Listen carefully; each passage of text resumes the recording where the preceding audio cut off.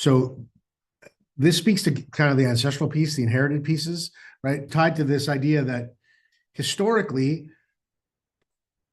women and poor people, okay, including men, that a man was going to leave you destitute, had the power to leave you destitute, right? By his passing, right? Or his departure is something I think is thematically relevant to what we're talking about, right? So a man's going to leave me behind somehow, whether it's husband, father, eldest son. The wealthier men that controlled the purse straps had the power to make or break your life if you were not one of them. So primarily that's right, women, that's definitely children, but also poor men were at the bottom of that scale too. Men who didn't have wealth were also subject to the whim of the man who had the wealth that could decide to leave them behind or not, leave them out or not. So with all the courageous reaches that you're making to get to like the heart of this next piece that we're working on and shift it forward, right? To dare to shift your relationship with money, I think that that's, from what I can gather, is pretty relevant to how we might get another really crucial piece of that out of our way. Yeah. And that being said, so much of this is like, there's years ago doing this work, I started to really care less about what I thought. I don't care what I think anymore, really, most days. I care about what tests best. I care about what is truthful. I care about what is going to move things. And so much of this, like, you're all smart people. If this were a let's figure your way through it, you would have figured your way through it absolutely a million times over by now. So we're talking about the inherited, right? We're talking about the old, we're talking about the societal, we're talking about the this is not in my brain. It's in my brain, it's not in my mind. Yeah. And the reason why those, we're going after the deep unconscious layers, right? The ones that are getting in our way that we don't know about, because there's a direct relationship between clearing space unconsciously for things that we might be operating on that we didn't even realize were there, and a feeling of ease, right? And notice I'm saying the word ease, not just easy, but ease. Ease is the energy that we can tap into when we're peaceful and joyous.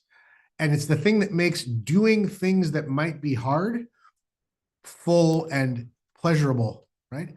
Ease is the energy that keeps us looking at a whole bunch of stuff coming our way as an abundance to be grateful for, as opposed to an overwhelm to resist and run away from, right? If we're full of peace and joy, right, the byproduct of that being an energy we're calling ease, well, then we can do hard things joyously and peacefully. And that's connected to the dynamic of shifting this whole idea of earning, right? Earning money. Well, the only way that you're going to get any respect is if you earn money, and that earning has got to be hard.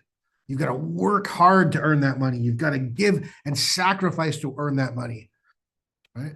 Because the antithesis of that is easy money, right? Nobody respects easy money.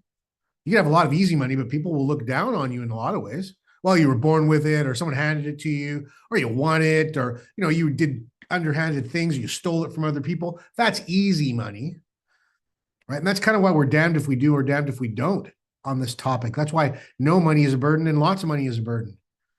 Okay, but if we can inject the energy of ease towards this whole topic, well, then working hard becomes a joyous and peaceful process, not a burden.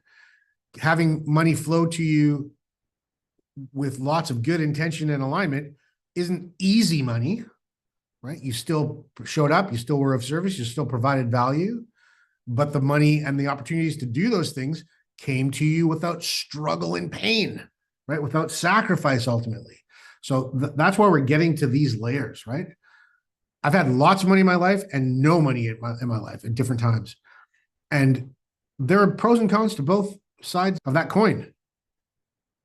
And so now, in my reach towards creating financial power and freedom, I want to be doing things that I love to do. I want to be doing things that bring to the table my best offerings, because in that I'm sharing, not sacrificing.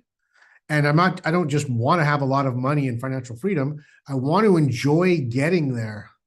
I want to do it in a way that makes me feel good about myself. And therefore I can stand in ownership of that wealth in anybody and their assessment of me, because either they will be inspired by the example I'm setting, or they'll be jealous or negative towards the example that I'm setting. And I'll be able to clearly tell which one it is, because I know the connection and the flow and the ease, peace, and joy with which I created that financial freedom. I'll know it. No one will have to tell me that that's how I did it. I'll know that I did it that way. So we're kind of like, we're going for gold here, right? Not many people are like, well, I want lots of money. I'm willing to sacrifice and suffer to get it. Okay, well, that's one standard. Many people are like, well, I don't want to have to work hard or sacrifice anything to get it, so I guess I'll be okay not having lots of money, right? What we're talking about here is I want lots of money flowing freely and beautifully towards me and around me and through me. And I want to feel good as I move towards more and more of it, because those two go together, right? You feel good, you attract better things. When you attract better things, you get more of what you're aiming at. In this case, what we're aiming at is that artificial contrived thing in this world that has so much power and has so much misunderstanding and charge around it, called money.